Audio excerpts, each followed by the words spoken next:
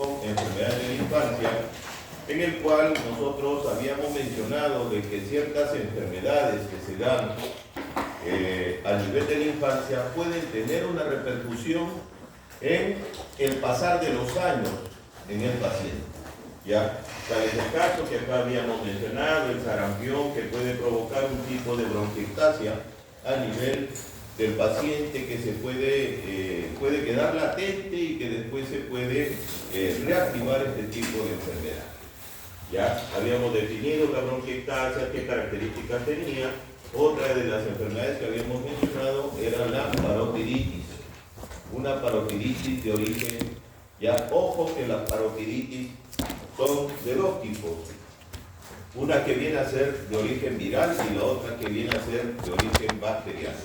Lo que normalmente se le presenta a los infantes, a los niños, viene a ser la de origen viral, ¿ya? La cual es llamada comúnmente en nuestro país como paperas, ya que puede ser unilateral o bien puede ser de tipo bilateral.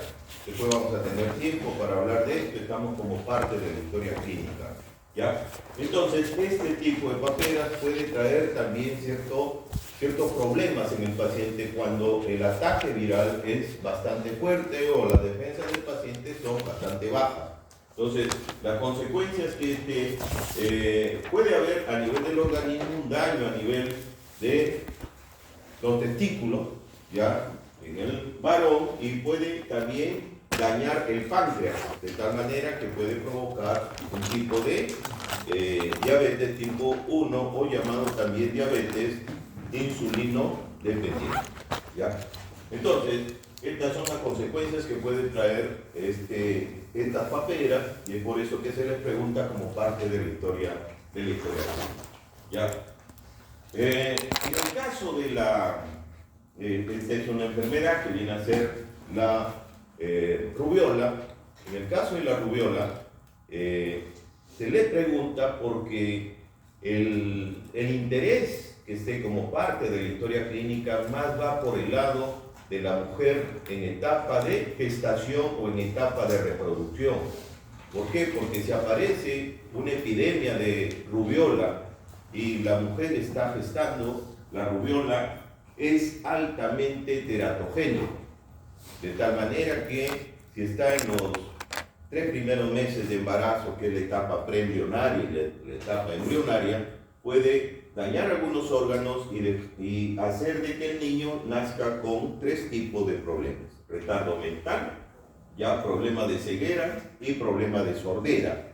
Ya son las 3 malformaciones con las que va a nacer el niño si la mamá durante la gestación le da la rubiola, ¿ya? Entonces, por eso es el interés de preguntar acerca de ciertas enfermedades durante la infancia. Ustedes saben que durante la infancia existen también cuadros de vacunas que son obligatorios en nuestro país, ya, y a veces nuestras servidoras de salud salen a hacer campañas de vacunación para los niños. Entonces, está obligadamente ya toda mamá vacunar al niño, ya, y hay que saber qué dosis de vacunas ha recibido.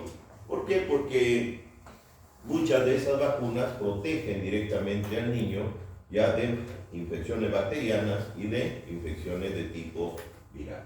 Durante la infancia también hay que preguntar si es que ha habido convulsiones, si es que el niño ha convulsionado, ya, cuál ha sido la causa de la convulsión. Puede haberse caído, puede haber sido una fiebre bastante fuerte o algún problema de forma inesperada que provocó que el niño ya convulsiones, que nos podría estar dando ya por ahí un factor genético que está relacionado también con la convulsión. ¿Ya? Hay que preguntarle si el niño ha sufrido de meningitis, ¿ya? ¿Qué tipo de meningitis ha tenido? Porque también puede dejar secuelas en el niño, ¿ya? Entonces, estas 2 enfermedades hay que preguntar como parte de estas enfermedades de la infancia que se presentan comúnmente en los niños, ¿ya? Como les mencionaba, ¿qué dosis de vacunación ha recibido el niño? Ya, nosotros tenemos diferentes tipos de vacunas que existen en nuestro país. Ya, acuérdense que la vacuna, lo que se le está inyectando viene a ser el antígeno, y el antígeno puede estar de 2 formas. puede estar de forma que está representando las características del antígeno, en este caso que puede ser una bacteria o bien puede ser un virus con características vivas, o bien puede ser el antígeno, ya que puede ser una proteína parte de ese antígeno y que está en unas condiciones inactivas o muertas. Entonces, de estas vivas tenemos la vacuna de polio oral, la BCG, que viene a ser la vacuna contra la tuberculosis, la triple viral, tenemos para la fiebre amarilla, tenemos el rotavirus. Estos tienen partículas vivas del antígeno. Tenemos partículas muertas, tenemos la polio inyectable, la DPT, tenemos la influenza estacional, la hepatitis A, la hepatitis B. De acá, ¿cuántos se han vacunado contra la hepatitis? 1, 2, 3. Es obligatorio que todo futuro profesional de la salud tiene que estar vacunado contra la hepatitis. ¿Ya?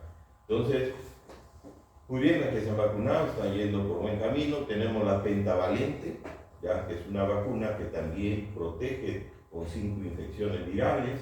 Tenemos el neumococo y la influenza A1H1, ya que tenemos este tipo de vacunas que son utilizadas en nuestro país. ¿Ya? Existen ciertos esquemas en el recién nacido que, ni bien nacen, ustedes ven de que mensualmente les están aplicando sus vacunas y que son importantes. Por ejemplo, tenemos la BCG, que es la antituberculosa. La dosis es única. ¿Y qué es lo que va a prevenir esta vacuna? La meningitis tuberculosa. ¿Ya? Esta vacuna, donde se pone es actualmente, ojo, si ustedes se recordarán cuando han sido niñitos, la vacuna donde se la ponían, acá, ¿no es cierto?, en la región deltoidea. ¿Ya? Actualmente han ido cambiando los protocolos, ya, de colocación de vacunas. Después vino un nuevo protocolo en el cual se lo ponían en la parte lateral del muslo. ¿Ya? Y actualmente se están colocando en la región supraescapular. ¿Ya? De tal manera que en esta región supraescapular se está colocando esta vacuna contra la meningitis tuberculosa. ¿Ya? Tenemos la hepatitis B, que es obligatoria, ya previene el tipo de hepatitis B, se da a nivel intramuscular, en el tercio medio, a nivel del muslo, en la región del muslo. Entonces, estas son, ya acá vemos cómo es que se está aplicando en la región supraescapular este tipo de vacuna de la BCG. ¿Qué es lo que se observa? Ya, yo les comento que antiguamente, como se hacían campañas de vacunación, muchas veces nosotros como estudiantes nos pedían apoyo y íbamos también a hacer estas campañas de vacunación. Yo pienso que el personal de salud debe saber colocar este tipo de vacunas por alguna emergencia que se puede presentar. Entonces, generalmente el ángulo que se coloca la vacuna es un ángulo de 40, está entre 25 a 45 grados, ¿ya? La aguja debe estar inclinada y lo que debe formarse es una pápula, ¿ya? Que es el tipo de vacuna supraescapular para la BCG. ¿Ya? ¿Qué efectos pueden presentarse cuando hay una vacuna o cuando un niño se ha vacunado? Generalmente pueden haber reacciones, sí pueden haber reacciones. Dentro de las reacciones que pueden darse, pueden estar relacionadas con que la zona estaba infectada o que por ahí la mamá le pasó la mano por esa zona, para tocarlo si estaba con calor o porque le dolía al niño y podía haberse infectado. Entonces, puede darse ese tipo de infección a ese nivel. ¿Ya? Puede haber una inflamación como respuesta a la vacuna, que es una inflamación de los ganglios a nivel axilar. ¿Ya? Puede tratarse de una mala técnica de aplicación o un exceso de dosis que le colocaron al niño de tal manera que reaccionaron los ganglios axilares. ¿Ya? A veces puede presentarse cuando se infecta de que supura, ya hay salida de pus que puede ir acompañada de fiebre, de dolor en esa región, ya, porque se aplicó muy profundamente la vacuna, no consideraron la buena técnica de colocar este tipo de vacuna, ya. Puede aparecer una herida muy grande, generalmente por contaminación al aplicar o infección agregada por defecto de limpieza, ¿ya? Entonces, este es el tipo de efectos adversos que puede traer como consecuencia esta vacuna, ¿ya? Otro de los grandes problemas, si ustedes escucharán ahorita mismo que venía escuchando radioprogramas, ya se han dado varias técnicas con relación a cómo combatir la desnutrición y la anemia en nuestro país. Y lamentablemente ninguna de ellas ha resultado eficaz. ¿Ya? El grado de anemia en nuestro país se mantiene. ¿Ya? No ha disminuido en nada. Entonces, esos son los resultados que actualmente están revelando las estadísticas. ¿Ya? Entonces, ¿qué es lo que pasa? ¿Quién es el que resulta más afectado con la desnutrición? Los niños. Justamente, ¿por qué? Porque en la etapa en la cual están creciendo estos niños, las neuronas necesitan tener gran cantidad de aminoácidos, gran cantidad de hierro, de iones minerales para que puedan ya tener una buena función a nivel neuronal. Entonces, vemos, por ejemplo, que un niño normal, cuando ya está en su etapa de crecimiento y desarrollo, que tiene buena alimentación, va a haber un buen crecimiento, ya un buen tamaño de las neuronas. Pero ¿qué es lo que pasa cuando un niño está desnutrido? El tamaño, el número de neuronas está bastante reducido. Entonces, vamos a encontrar que esto se debe generalmente a la pobreza y en nuestro país tenemos zonas en las cuales con la justa les alcanza para poder comer, ¿ya? Y venimos a nivel mundial de un gran golpe que ha sido la pandemia, en la cual ya el poder adquisitivo de la persona se ha disminuido, se ha reducido.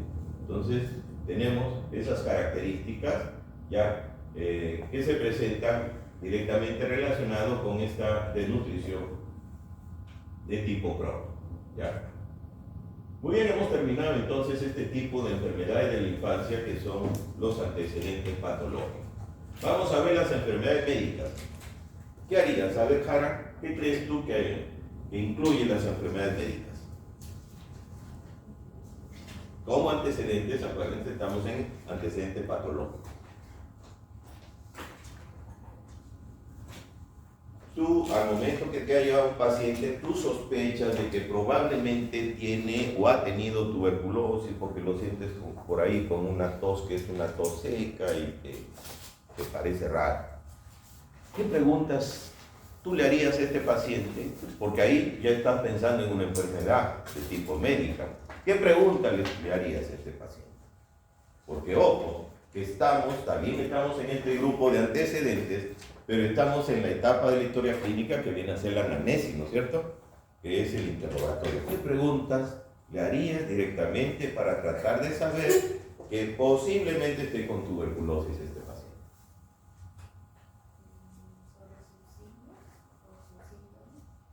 Ya, pero tienes tú que, él no te va a decir, bueno, en sentido esto, ni siquiera sabe. Hay que preguntarle directamente el signo, para colocar si es positivo o negativo. ¿Alguien por ahí? ¿Qué pregunta le haría? Entonces, así como les estoy preguntando, así ustedes tienen que estarse poniendo en cada sistema, porque acá tienen que preguntar por todos los sistemas. Ustedes quieren saber si es que ese paciente sufre de presión alta, ¿qué pregunta le harían para saber si es que sufre de presión alta? Si ustedes creen de que tiene hipotiroidismo porque lo ven gordito, ¿qué pregunta le harían para poder determinar si es que tiene hipotiroidismo? Entonces, en enfermedades médicas hay que hacer el examen anamnésico por sistemas, ¿ya? Y ese examen anamnésico por sistemas se tiene que ir haciendo de forma ordenada. Entonces, si nosotros queremos averiguar por ahí si nuestro paciente tiene algún problema cardíaco, entonces hay que preguntarle si tiene dificultad para respirar, Ojo, usted dirá, doctor, pero cardíaco y usted me está hablando de respiratorio. El corazón con los pulmones mantienen un trabajo coordinado entre los dos. ¿Ya? Entonces, cuando un paciente tiene dificultad para respirar, es una pregunta que yo le puedo hacer a mi paciente. Ahora, si yo quiero tipificar este tipo de dificultad respiratoria, ¿qué le puedo preguntar? Bueno, nosotros cuando corremos, le digo, a ver, ustedes hoy día van a venir y me van a dar 10 vueltas a la cuadra. Entonces, ustedes van bien, pero cuando regresan después de dar esas 10 vueltas, ¿cómo están? ¿Están con dificultad respiratoria o no? ¿Sí? Pero en ese caso, es una dificultad respiratoria de tipo funcional, de tipo fisiológico. ¿Ya? Entonces, hay dificultad respiratoria de ese tipo, pero si yo les digo, a ver, vamos a caminar una cuadra o 2 cuadras y terminado de caminar las 2 cuadras está... Eso no es normal. O si les digo, a ver, ponte los zapatos, se ponen los zapatos y termina de ponerse los zapatos y está... Eso es peor todavía, ¿no? Porque son a pocos esfuerzos, a medianos esfuerzos, a grandes esfuerzos. Entonces, así se tipifica este tipo de disnea que nosotros podemos encontrar en el paciente. Entonces, hay una disnea de esfuerzo, que es llamada tipo 1, de grandes esfuerzos, cuando nosotros corremos, cuando levantamos peso, ¿ya? Cuando estamos construyendo algo y estamos cargando cemento, concreto, de tal manera que esto está dentro de lo normal. Pero puede haber una disnea tipo 2 de medianos esfuerzos en caminar 2 cuadras, ¿ya? Ustedes pueden encontrar esta disnea tipo 2. Tipo 3 de pequeños esfuerzos, vestirse, hablar, comer, ponerse los zapatos, ¿ya? De tal manera que la disnea se va a tipificar de esa forma. Entonces, ¿qué preguntas? Un cuestionario, yo les coloco, a ver, dígame, ¿qué pregunta le harías a un paciente si quieres diagnosticar una disnea tipo 2? ¿Ya? Entonces, ustedes tienen que crear la pregunta, ¿ya? Tienen que pensar qué es lo que van a preguntar. Entonces, por ahí ya vayan pensando cómo va a ser su examen, ¿ya? De tal manera que ustedes tienen ya a estas alturas, han llevado patología, han llevado ciencias básicas. Es importante que ustedes recuerden, por ejemplo, igualito, ¿qué pregunta le harían a un paciente que está con hipotiroidismo? ¿Ya? Entonces, esas son las características que podemos nosotros preguntar. Entonces, a nivel del sistema respiratorio, hay muchas preguntas que yo puedo hacer para poder diagnosticar una enfermedad que está relacionada con el paciente. ¿Ya? Por ejemplo, si llegado algún momento el paciente ha recibido alguna inhalación, lo han llevado de emergencia y le han colocado oxígeno, si alguna vez él ha utilizado algún equipo para poder respirar bien, o si sufre de asma, o si tiene alergias respiratorias el paciente, ¿ya? De tal manera que, por ejemplo, puede ser que un paciente durante épocas, ahorita por ejemplo que estamos ya entrando al invierno, puede de que él diga, bueno, durante el verano y esto es normal, pero en invierno sufro, no puedo respirar bien. Entonces, son problemas que hay que estar preguntando al paciente, si es que ha sufrido de tuberculosis el paciente, si alguna vez ha tenido afonía, se le ha ido la voz, cuál ha sido la causa, ¿ya? De que el paciente ha tenido este tipo de disfunción. Ya nosotros podemos preguntar también si el paciente ha tenido neumonía, bronconeumonía, si ha sido internado por este tipo de infección que ha tenido el paciente. Entonces, son preguntas que están relacionadas con el sistema respiratorio. ¿Ya? El sistema cardiovascular, ¿qué preguntas haríamos con relación al sistema cardiovascular?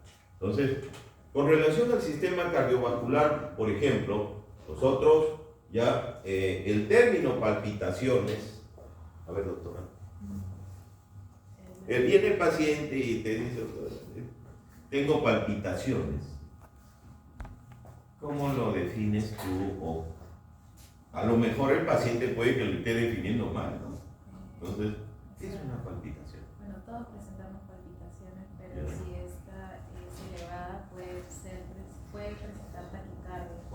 una palpitación que no esté elevada? Una palpitación que no esté elevada. 60, 65. Esa es palpitación.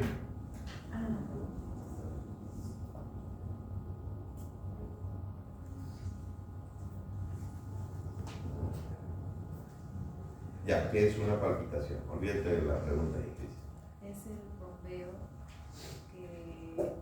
del corazón. Ya. Una taquicardia, ¿no? ¿O no? Un incremento de frecuencia respiratoria. ¿Ya? De tal manera que una palpitación para un paciente, ¿qué cosa es? Una taquicardia. ¿Ya? Que generalmente, ojo, puede estar relacionada con ¿qué? Con una arritmia cardíaca, puede estar relacionada con, ¿ya? Y a veces esto es lo que nuestros papás lo utilizan, la mamá más que todo. ¿Sabes qué, hijita? No quiero que vayas ya cuando ya falta una hora para que se vayan de la casa, porque tienen que irse a una discoteca, porque es el cumpleaños de alguien, hijita, no quiero que vayas. ¿Por qué? Porque tengo, ¿qué dice la mamá? Una palpitación. ¿Ya? No sé si lo quiere hacer para que ustedes se sientan mal y que estando en la fiesta van a estar pensando, ¿cómo estará mi mamá con su palpitación? ¿Ya? Entonces, ojo que este es el término que muchas veces utiliza el paciente. Entonces, tiene que ver con la frecuencia cardíaca, ¿ya? Algo debe estar pasando en el paciente que... Ahora, hay otra cosa. Acuérdense que lo está diciendo el paciente. Y si lo está diciendo el paciente, ¿qué cosa es? Todo esto no lo va a decir el paciente. Es por eso que existe la segunda etapa de la historia clínica, que es el examen físico, donde ustedes tienen que contrastar lo que el paciente les ha dicho ya como positivo. Por ejemplo, ¿ya? ¿Por qué? Porque los datos que nos da el paciente, ¿qué cosas son? Son subjetivos. Son subjetivos, es lo que él siente. ¿Ya? Y ustedes son los que tienen que contrastar eso. Entonces, palpitación hay que averiguar qué es lo que tiene, cuál es la causa. ¿Qué cosa es un vértigo? Un mareo. Cuando una persona dice, yo estoy caminando a veces bien y me da vuelta la cabeza y tengo que agarrarme.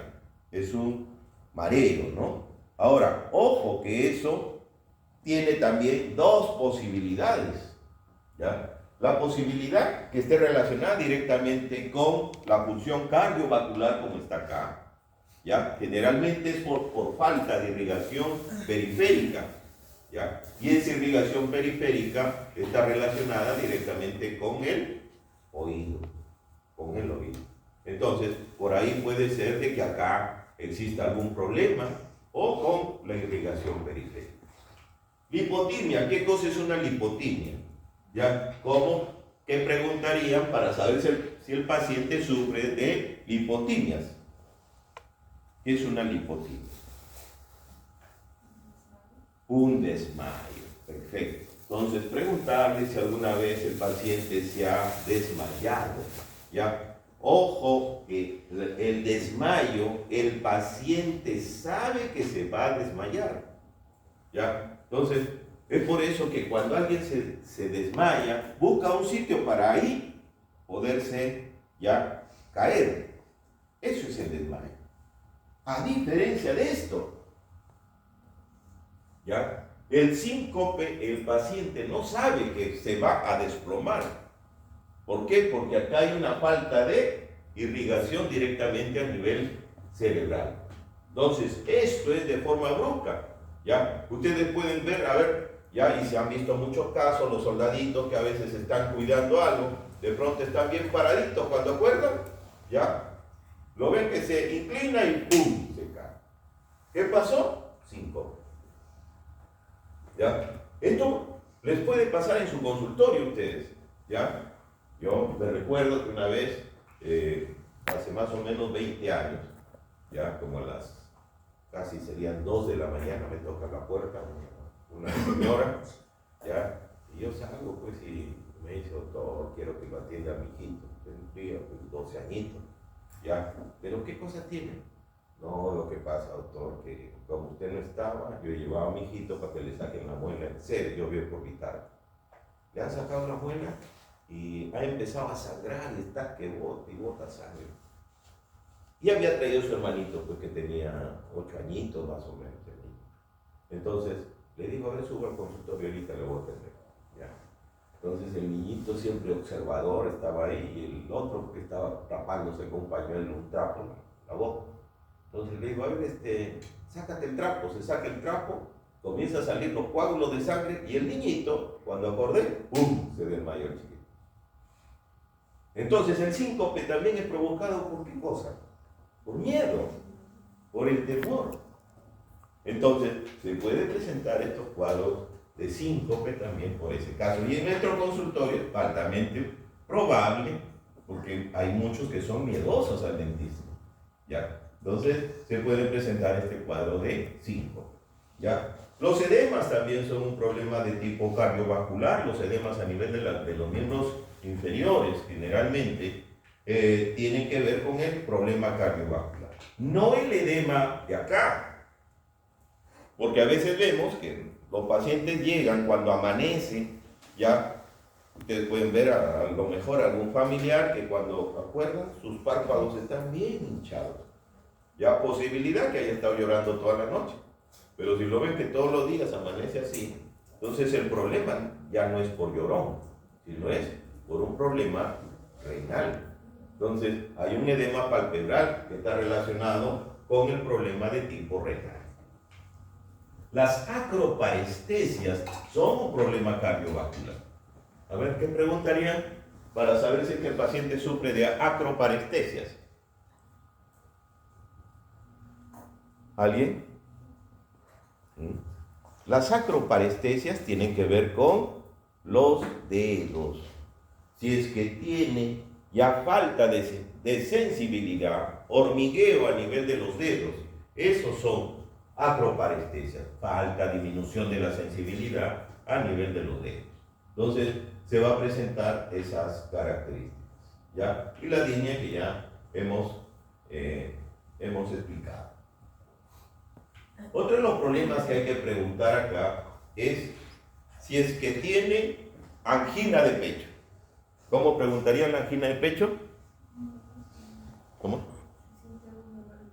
Si tiene un dolor en el pecho. Acá, acá, acá, acá. Esto es pecho. ¿Cómo podríamos ubicarnos exactamente para que el paciente nos entienda? ¿Dónde?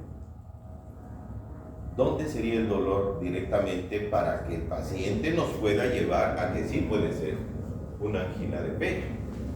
¿Dónde?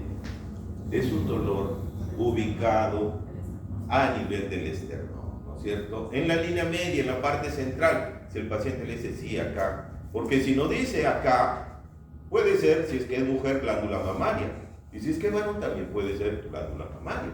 Acuérdense que los varones también tienen su glándula mamaria, pero la tienen inactiva, que por ahí se podría activar una glándula mamaria. En el varón sí puede ocurrir también, ya, por un tumor que se va a presentar a nivel de la glándula hipófisis, que es un prolactinoma. Entonces, por ahí hay que saber ubicar exactamente dónde es que se da la angina de pecho, ¿ya?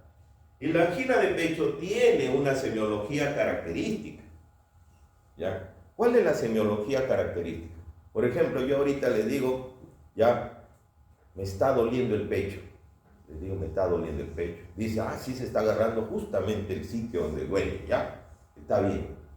Pero ¿cómo me debo de agarrar para que ustedes me crean? Porque si yo les digo, me está doliendo el pecho, ya, o les digo, me está doliendo el corazón, ustedes pueden decir, el doctor John está enamorado.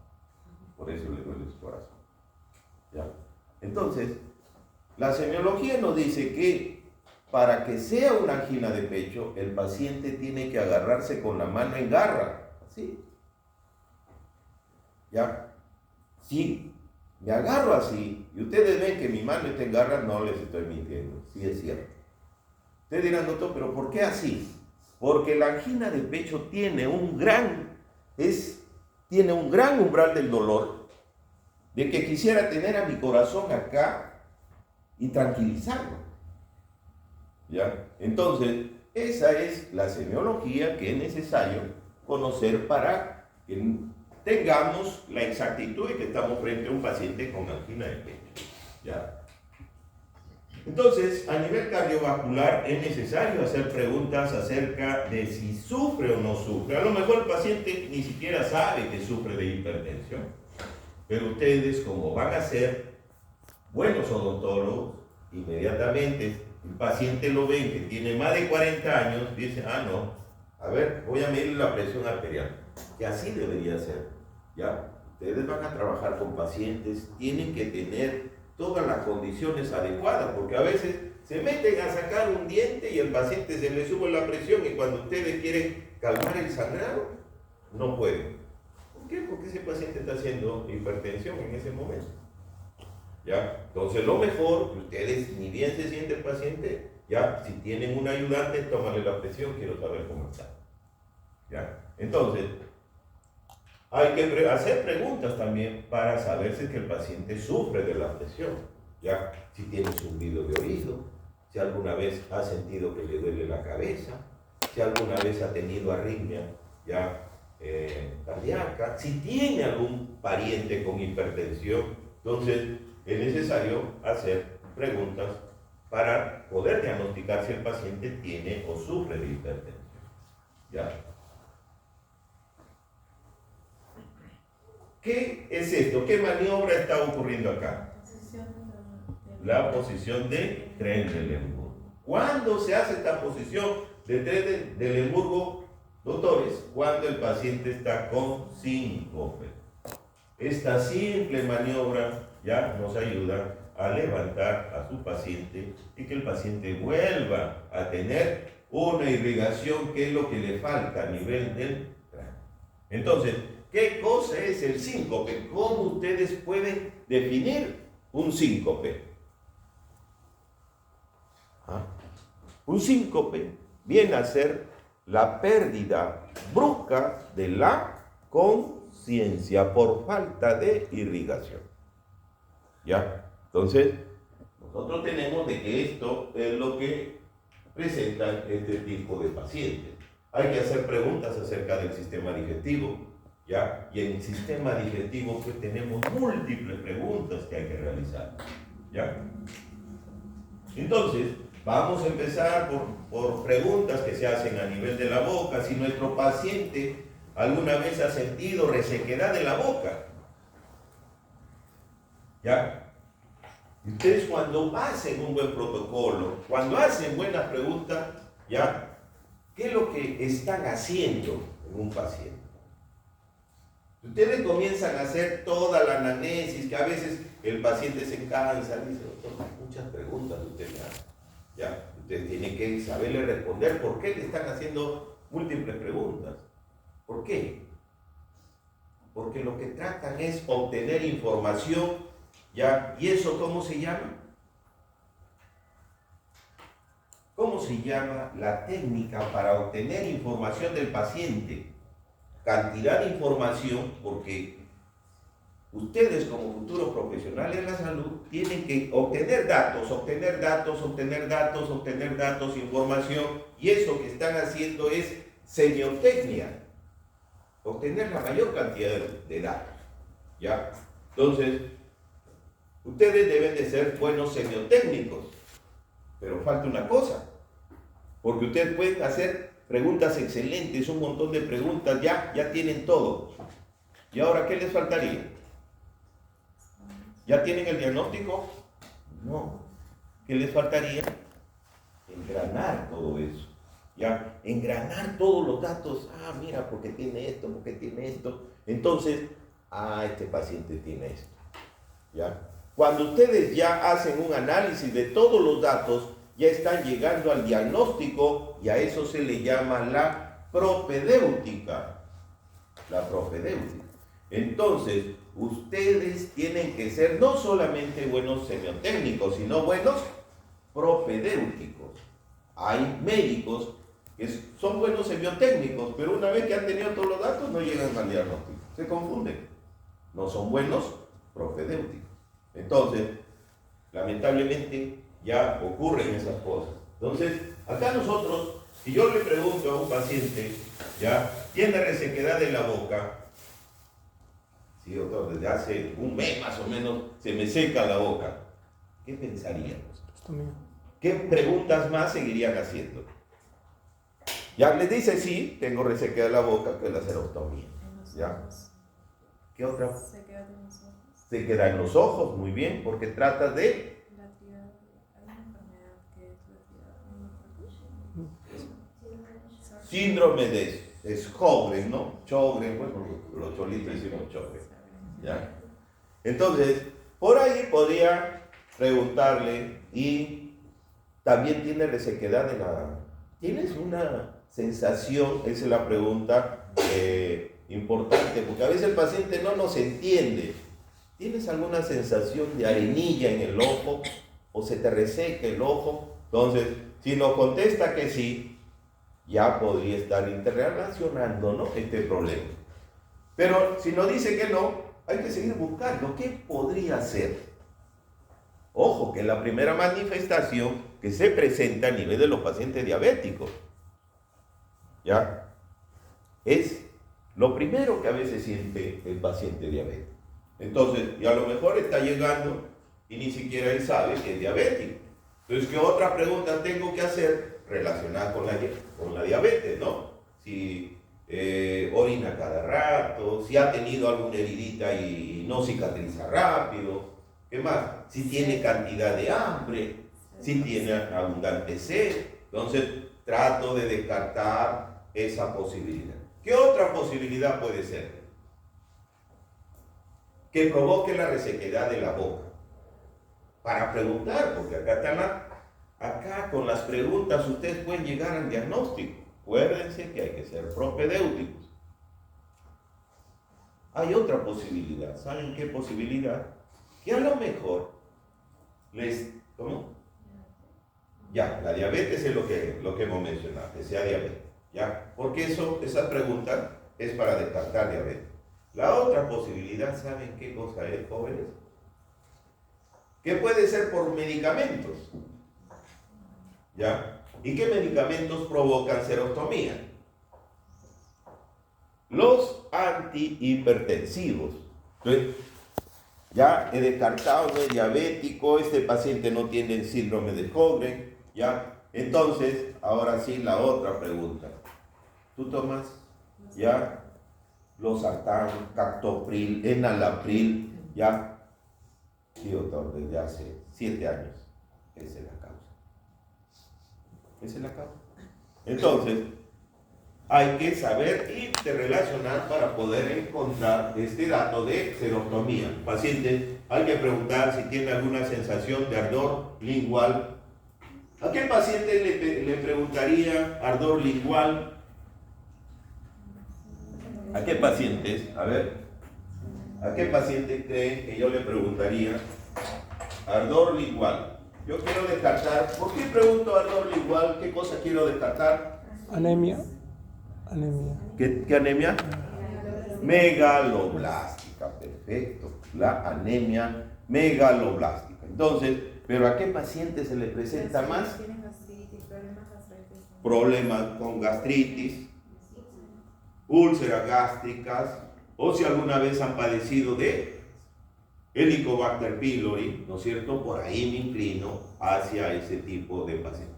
¿Le preguntarían eso a un varón de 40 años?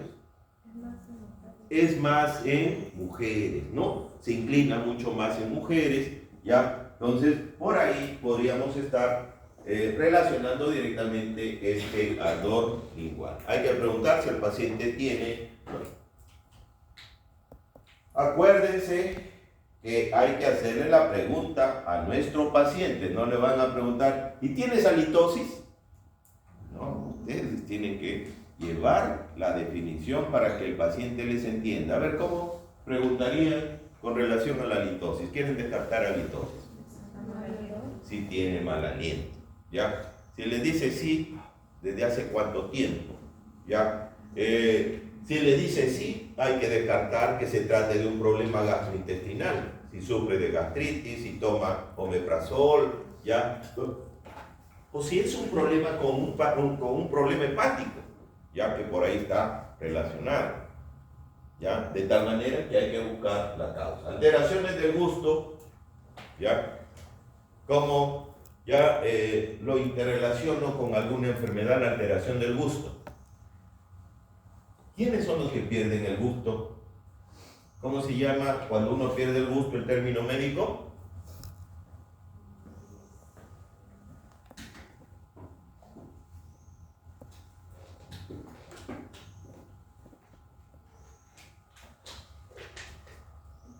¿Ah?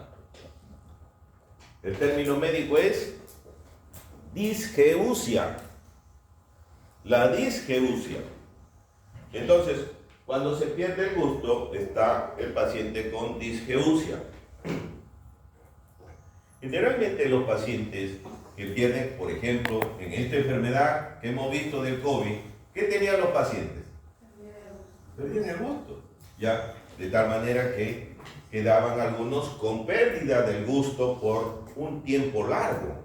¿Y por qué? Porque la carga viral se iba ya a los nervios, ya a los pares craneales y dañaba la función.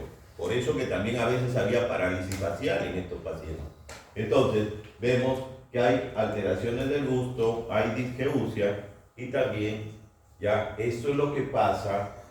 Ojo, que todas nuestras células, ya van también, conforme van pasando los años, van envejeciendo, van disminuyendo. Ya no hay mitosis, ya no hay una función al 100%. Entonces, también nuestras células a nivel de la lengua, ya donde están ahí los botones gustativos, van disminuyendo y es por eso que se pierde el gusto. A veces a ustedes les habrá pasado que la abuelita la han dejado cocinando y cuando van a comer está completamente salado. ¿Qué pasó? Que se está perdiendo el gusto ya por la edad que tiene la abuelita. Entonces,